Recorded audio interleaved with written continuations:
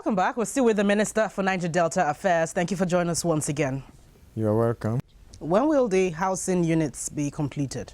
We are at the verge of concluding our procurement for this period, and that is a priority for us. For the contractors who have done well, we will mobilize them immediately to site once we conclude this. Especially that we have got the report of the audit of projects in the region. But we do not want to start just distributing money without taking stock of those we are sure can finish. We don't want to litter all ongoing projects from beginning to end all the time. So we are working with these instruments to feed our decision making, to be sure that in the nearest future we complete some of them and let us leave few that are ongoing.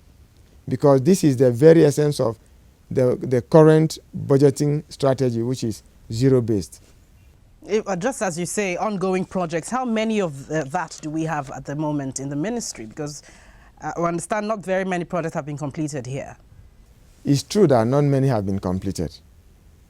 But to speak in numerical emphasis at this time is difficult because we have them sector by sector, housing sector, infrastructure department, and so on and so forth.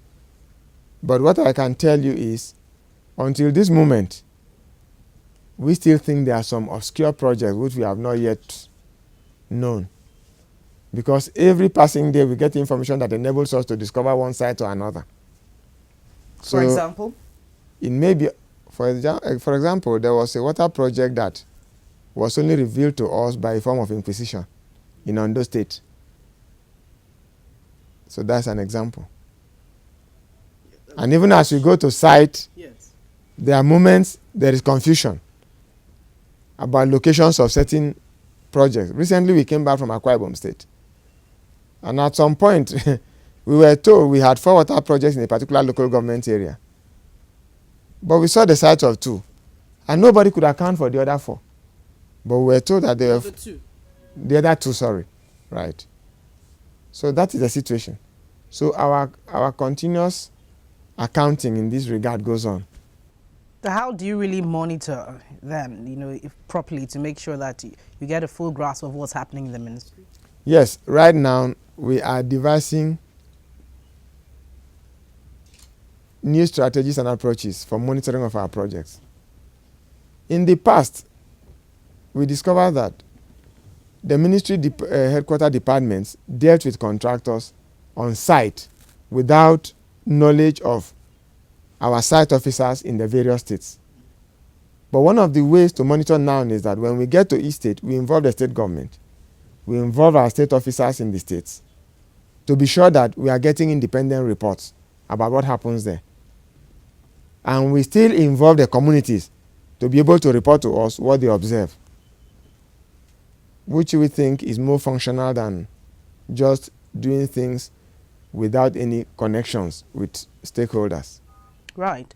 The East-West Road, we understand, from a technical committee that it's about 10% complete, but in time past, we heard it was 90%. We've just been hearing conflicting figures. Can you just put more light on that? The contract of the East-West Road is in sections and to different contractors. And each contractor and assessors report on the basis of sections handled by particular or specific contractors. How many contractors are there on this road? Well, in some instances, we have one contractor handling 2 sections. In some instances, we have one contractor handling 1 section. But at present, between section 1 and 4, we have Setraco, we have GITO, we have RCC. From sections 1 to 4. In some of the sections, you have section 1-1 or 2-1. So that is how they are divided. Nonetheless, we have section 5, which is Calabar to Oron, which was initially awarded. But right now, the terms of the contract more or less suggest that this section is of no contractual consequence because the content of that contract is too ambiguous for me to assume that we have a contract outstanding. It will commit government beyond redeemable measure. So we are doing a new thing altogether to conform with what is consistent with contractual agreements by government, and so that government can at any time be determinate about what their position is when implementation begins. Very well, Mr. Usani Uguru Usani, thank you for coming on the program. Thank you very much. You're welcome.